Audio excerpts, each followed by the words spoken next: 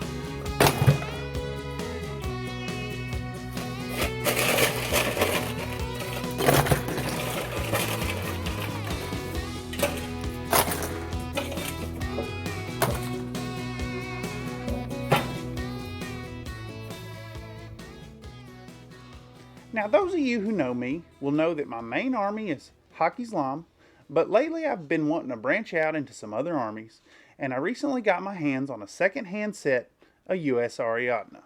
They're a ton of fun to play with. They're heavy hitters, they have pretty high BS, they have pretty good armor, and they have some really fun link teams that you can do. I also went ahead and picked up the army box, but we're not going to talk about that today. Instead, I want to talk about putting together this list for a tournament that's coming up in 2 weeks and getting it done as fast as possible. Firstly, before we get too far into this project, I want to talk about a fun little thing I do when putting my models together. And that's something called knolling. That's Knolling. The term knolling was coined by Andrew Cromwell in the late 80s to describe how he organized his tools before working.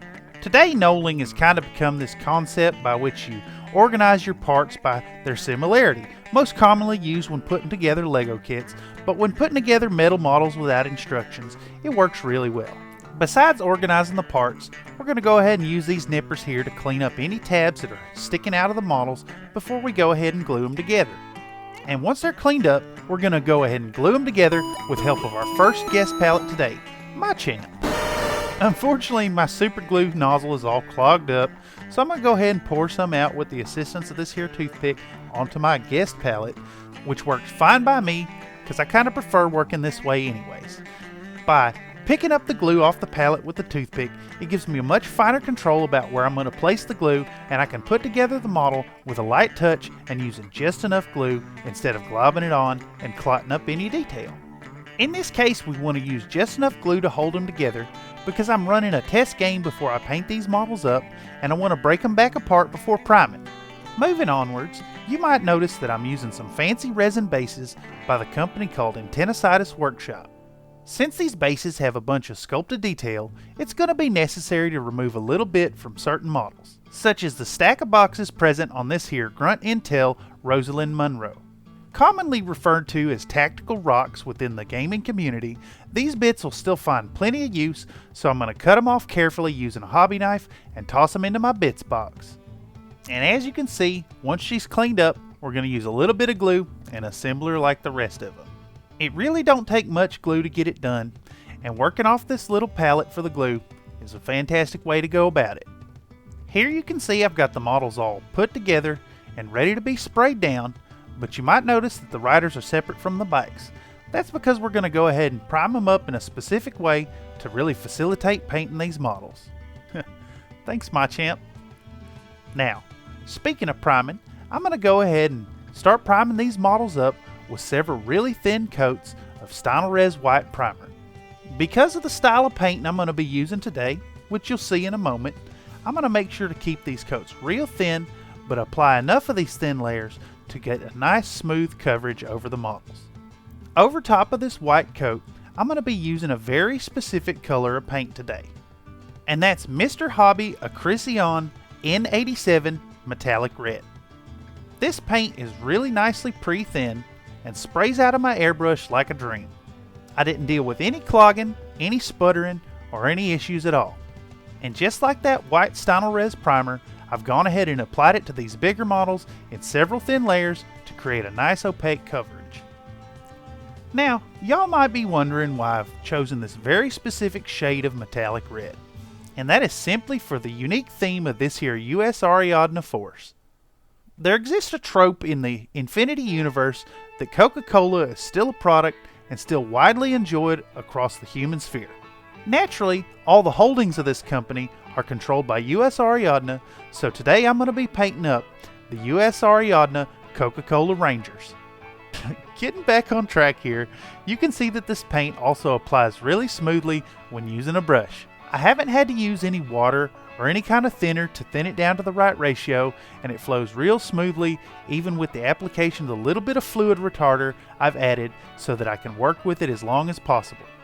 On the topic of new paint colors, I'm also going to be trying out these here Whiz Kids Premium Paints by Vallejo How to Paint Flesh Tones set. It comes with a bunch of different tones, which is going to allow for some variety in my models and also give me a nice flesh wash and black wash to play with as I paint these models up. And to go ahead and try them out, I'm going to use this here base color with a little bit of water and apply it just as any other color onto these models. 2 thin coats. Roger Van Zant here is an excellent choice to put this lighter base tone on because he's got a lot of skin showing, and I want that lighter tone to absorb some of the darker shades I'm going to put on later. So far, I've been really impressed with the coverage on these colors, and I do highly recommend this set to anybody who wants to get a little variety in their skin tones. And speaking of variety, I was really elated to get to use this here darker base tone to go ahead and paint up some of my models in a real dark skin tone. This here model is the US Ariadne Grunt Intel Spec Ops, and I've assembled her with the heavy pistol and the CCW. Next up, I'm going to go ahead and go back to a good old contrast mixture and kind of set the tone of how I'm going to paint these models today. Revisiting the technique I used in my Building a Battletech Lance Part 2 video, I'm going to take a little bit of this here Citadel Layer Baylor Brown and mix in a whole bunch of the Citadel Contrast Medium to make a nice translucent paint to stain up these white models. I want this tone to stay especially light, so I'm going to apply it in 2 real thin coats over the fatigues of all of these models. Keeping the tone light is real key because some of the later steps we're going to use are going to really darken that down, and I want those light colors to really shine through in the end. And next, to form up the tertiary color on these models, I'm going to add just a little bit of Warboss Green to the already mixed up Baylor Brown contrast paint to create a nice olive drab type tone. This is largely just going on the vests of the models, but there's enough area there to let this color shine on the models with some measure of prominence. And of course the mixture is still kept real thin because I want it to apply super light so as to not interfere too much with the dark washes that we're going to do later. Now, changing pace, I want to go back to a more opaque color and get out some of this Citadel base Xandri dust and thin it out a bit with water. I'm going to turn it into a nice thin mixture so I can apply it in several thin coats, and it's going to go over certain portions of these models. That's going to be stuff like the backpacks on these here baggage bots and the seats on the motorcycles. Now for our first real rich tone, I'm going to go ahead and use this here Citadel Color Contrast Snakebite Leather color. I'm going to apply this full strength right out of the bottle on all the boots of these models and the straps and the holsters, and use this as the tone itself. I'm not really relying on the washes I'm going to apply later to develop that rich shading, but rather the action of the contrast paint itself. Now, much as with the last tone, I'm going to go ahead and use this here Griff Charger Gray contrast paint on very specific portions of 2 models. And that'll be both of my 112 emergency service, the guy on foot and the motorized one. I figured this kind of blue-gray will look really great for a fireman's coat, and I really think it achieves exactly the look I'm going for. It's amazing what you can get done with contrast paints, ain't it? And going right along the theme of these models, I'm going to go ahead and use some more contrast paint in the form of this Apothecary White. We're going to use this on the frills of Van Zant's coat, his beard, and Wild Bill's hair. As a bit of an aside, this here Apothecary Gray was my first experience with contrast paint, and it still to this day remains one of my most favorite colors. You just put a little bit on some white, and it really creates the illusion of depth and shading on white portions, which are notoriously hard to paint and get looking alright without them being chalky. Now, with that applied, we're going to go back to putting on some solid colors in the form of this here Army Painter Warpaint's Gunmetal Metallic. I've really grown to love this tone, and on these models I'm going to apply it on certain specific portions, like radios and the metal parts of the guns and the gas mask on this here 112. For now it's just a flat metallic color without much detail to it, but that's not a worry at all because it's going to pick up some detail in the later steps, as you'll see. For now, we're just going to apply this color with a ton of confidence and put over all the parts that I want to be metallic. The most notable portion on all of these models is going to be the undercarriage of these here bikes. And I'm going to go ahead and use a brush and just get it in there and not worry if I get a little spillover, except on the portions that are contrast paint. If it touches the red, that's fine because I can always go back in with a brush and touch it up and get it clean and ready for the next step. For now, everybody's looking nice and decked out with some metallic implements on their models. Next up, I'm going to bust out my most favorite white tone in my entire paint collection, this here Liquitex Acrylic Titanium White ink. I'm not using this as one of the tones on the model, but rather kind of a second base layer before I put light colors on over top of the red. That's going to consist of areas like the lenses on these here tractor moles, the headlights on the bikes, and the windscreens on them as well. As always, I'm applying this real thin color in 2 thin coats rather than clotting up any detail. Now next up, I'm going to get out my Vallejo Model Color Black, and we're going to go ahead and paint up the tires on these bikes and the treads on the tractor mole remotes. This time I'm applying this color full strength, so I need to be especially careful not to get it anywhere I don't want the model to be black. This paint is especially rich and saturated, so it's real difficult to paint over top of it unless you want to specifically dull and darken a color. Now with another progress report check-in, you can see that these models are already starting to develop some character despite the lack of details. Now, continuing on down the line and filling in the base tone on these models, I'm going to switch over to this Citadel Layer Ushtabi Bone. This color is going to be used real sparingly, being applied only to straps on helmets and goggles and weapon handles. And now let's revisit those white areas and go ahead and put some color on them. We're going to start with this here Citadel Layer Phalanx Yellow and thin it down and put it over the lenses of the tractor moles, the windscreens on the bikes, and all the turning signals for those same vehicles. This is just a bright flat color for now, but we're going to later shade it down with a little bit more contrast paint. And in the same vein as the yellow we just used, I'm going to mix a little bit of this here Apple Barrel Brilliant Blue with some of the Liquitex white ink and apply a nice icy blue to the headlights of the bikes and the tractor moles. I'm not too worried about nice opaque coverage over the white because I'm going to add a little bit of the titanium white ink back into that brilliant blue, and over the course of several layers build the tone closer and closer towards white. And in the same fashion, I'm going to use this here Griffhound Orange contrast paint, a little bit of contrast medium, and the Phalanx Yellow, and build up a nice gradient on the windscreens of these here bikes. Unfortunately, I lost the footage of painting this part, so you'll have to make do with the gradient on this here palette. And in the meantime, let's take a moment. This portion of today's video is brought to you by Mythic's Online Emporium. Hello fellow sci-fi skirmish enthusiasts, are you looking for new metal models for your Infinity collection? Well, look no further than Mythic's Online Emporium. That's MOE-games.com.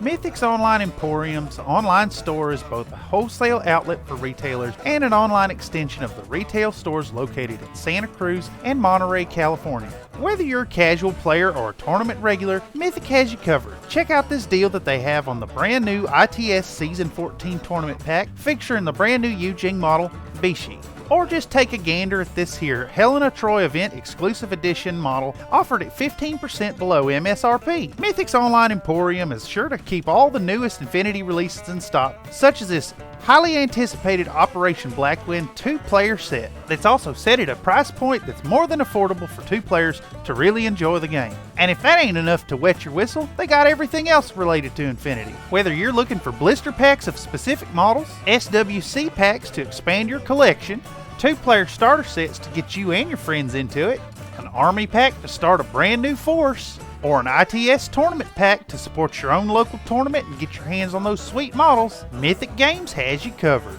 So head on over to Mythic Games today to pick up some of these incredible Infinity models at incredible prices. And with that, back to the models at hand, and we're going to start detailing them up with this here Winsor & Newton Artist Oil Color oil paint. Now, I'm going to use a mixture of this here lamp black and burnt sienna to get a nice mixture and a nice grimy color to go ahead and shade these models up in a really rich and easy fashion. But before we can use this color, we're going to need to squeeze some out onto this scrap of cardboard and let some of the linseed oil evaporate out into the brown paper. After those paints sit for about a half hour to an hour, we're going to get out some of this here Artist White Spirit and put some into a receptacle. I personally like to use the lids from the jars I use for my paint water, as I have a whole bunch of them laying around. And in that lid, I'm going to mix some of the 2 colors with a whole bunch of the white spirits until I got a nice grimy, greasy color, and apply it all over the model in a real slapdash fashion. I mean it here. You want to just go nuts and completely flood every square inch of these models with this here color. The white spirit has a much lower surface tension than water, and it's going to just pull down into all the deep recesses all over the model and apply that deep shade exactly where you want it. And once that's put on, we're going to set these models aside for at least a half hour. I recommend 2 hours or so, and then we're going to get back to our Artist White Spirit and put some clean spirit into a second receptacle. It's really important that this here white spirit is completely uncontaminated, because we're going to use some to clean off the upper layers of this here grime wash. I personally like to use Q-tips, but they can leave a little bit of lint behind, so just whatever soft implement you have works just fine. And we're going to dip it into the white spirit and then gently rub off the upper layers on this model. You can see pretty instantaneously that this is going to create some really rich shading without much effort at all. And of course, just a reminder, please do this in a nice, well-ventilated area, or at least wear a respirator while you do it. These fumes are not great for your health, so don't be breathing them in. And with that safety announcement out of the way, this is basically the last step on the models themselves, and we're going to go on to the bases, starting with this here Citadel Color Wildwood Contrast Paint. We're going to again use this contrast paint full strength and apply it to all the bark on the fallen logs on the bases. It's going to create a real nice contrast between the outer layer and the inner layer of the wood, and I think it was just the right choice. Hell, even the name suggests where I should use it. Next up, I'm going to return to that Ushtabi bone, which didn't make much of a showing in the earlier steps. Instead of applying it as I did before, I'm going to make a real thin wash using some contrast medium and apply it to all the inner wood on these fallen logs and stumps on the bases of these models. We're going to apply this color real thick, even though it's a thin down mixture, and ensure that we have all the white covered up on all the inner wood of these here logs, trees, etc. There's no worry about the staining from the other colors, because we're going to darken this up with an ink wash here in just a moment. In the meantime, while that layer dries, I'm going to go ahead and pull out this Citadel Color Warp Lightning Contrast and mix it with a little bit of the Griff Charger as well. This is going to serve as a nice desaturated green as a first layer to all the moss and lichen on these here bases. The idea here isn't to paint all the moss entirely in this color, but instead put some mottled spots on them in real patchy fashion. We're going to come back in a bit and apply a little bit of yellow to them to create a rich vibrancy and a variation of color that's very pleasing to the eyes. We're going to go ahead and put a little bit of this on every base, on every bit of vegetation that's not a fallen leaf or a little bush. And over top of those spots, we're going to mix a little bit of this Nazdrag yellow to give it a rich vibrancy. From here, I'm going to mix up some Apple Barrel Hunter Green with some Citadel Color Contrast Medium and make a real thick, goopy wash to brush over all the bushes on the bases. The color looks a bit unnatural at the moment, but we're going to fix that in the next step once this contrast paint dries fully. Returning to the wood from earlier, on which we used Ishtabi bone, we're going to apply this here Agrax Earthshade in full strength and really flood the surfaces. This stuff is lovely. It's going to seep down into all the little cracks and crevices, and it'll stain this off-white color a nice rich woody tone. We'll also take a little bit of care here to ensure that the pooling happens only in the places where we want it to be super dark. While that ink wash is drying up, we're going to go ahead and get out some of the Citadel Layer Color Moot Green and apply it to all the fallen leaves on the bases. The dirt on the bases has been stained up with all that oil washing earlier, so the surface tension on this paint can be a little bit tricky to work with, but if we just take our time and be tenacious, we'll get them nice, rich, and vibrant green. Any resistance to paint adhesion can be mitigated by simply using 2 thin coats, just like any other application of color. No need to worry about the extra vibrant green color, because we're also going to tamp that down later. Continuing with this color, we're going to revisit those unnaturally colored bushes from earlier and use a ratty old brush to do some heavy dry brushing. Always making sure to keep the brush super dry on a piece of paper towel before applying it to the model. Moving on to the next solid color, I'm going to get out this here Citadel Air Mechanica Standard Gray and use it to paint up the rocks on the bases. We don't need anything special here, just 2 thin coats to ensure that the paint adheres and get them looking gray. Next up on the painting agenda here, we're going to pull back out that Citadel Contrast Warp Lightning and apply it to all the fallen leaves on the bases. This wash is going to bring down that unnaturally bright green and put some rich shading into the veining on the leaves. And after all that, these models are looking pretty good as we enter the home stretch of the finalizing of details. Realistically, we could call these models done right now and just black up the base rims and be done with them. But there's a certain little detail I'd like to add to these models to give them that bit of je ne sais quoi.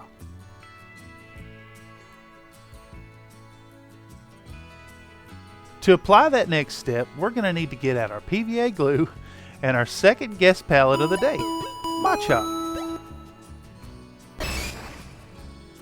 The detail in question here is positively one of my most favorite hobby implements, and I'm so excited to get to use them here. And I'm of course referring to Birch Seeds. Birch Seeds kind of come in a cone configuration, much like a coniferous tree, but all the little scales that come out of it look perfectly like 28mm scale fallen leaves. I've happened to have found a retailer online that sells these little seeds in pre-stained colors. For these models, I'm going to use this here medium forest green and this ochre yellow to apply some cohesive colors to the bases. Since I used the Nazdrag yellow and the Warp Lightning green on the mosses and lichens on the bases, those 2 colors plus these 2 colors will work in harmony to create a very pleasing schema on these bases. With the harmonious and cohesive colors on the bases, the only real contrast we're going to get on these models will be the figures themselves.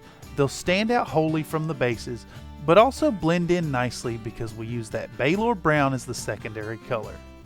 Even though there are large portions on these models that are a very bright and distinct Coca-Cola red, the use of these muted natural tones makes these models look like they belong in this environment. And finally, we want to go ahead and detail the line of fire markings on these bases.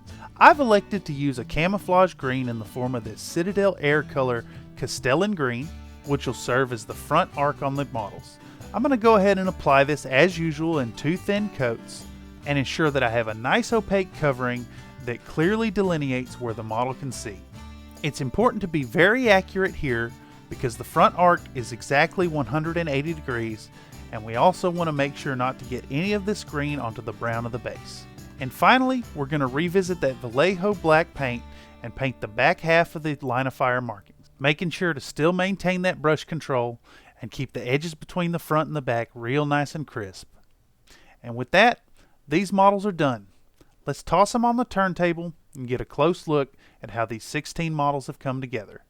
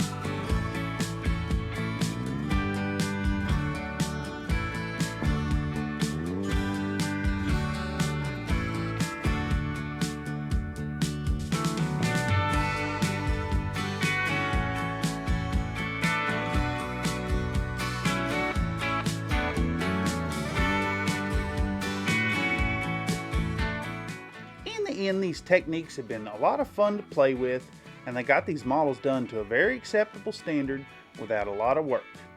Realistically, I put in about 21 total hours on these models. That's start to finish, including assembly, and they're all done and ready to be put on the tabletop. I really enjoyed this whole approach of using contrast colors and oil washes and wiping the grime off and getting these models together. I guess the biggest hurdle that I'm going to deal with here is the fact that all these bases are Intennicitis Workshop, and that company has gone out of business, so I think in a future video we're going to look at making some bases to match them up. In any case, I hope that you found some of these techniques useful and can put them to use in putting together your own tournament armies and have a great time while doing it. As always, I want to thank y'all for joining me today. It's been a lot of fun getting these ready, and I'm so excited to put them on the tabletop and show my friends these models in person. And of course, as always, I want y'all to remember to be happy while you're painting. Take it easy, fellers. See you around next time. Trying to tie you up a little bit. I just fucking abandoned that guy. Sure. That guy could just die. Sure, dude. Shadows. Where are you getting the pizza from on Saturday? Mountain Lights. Mountain Lights. Get the mountain sized pizza. I spent like $8 Okay. Okay.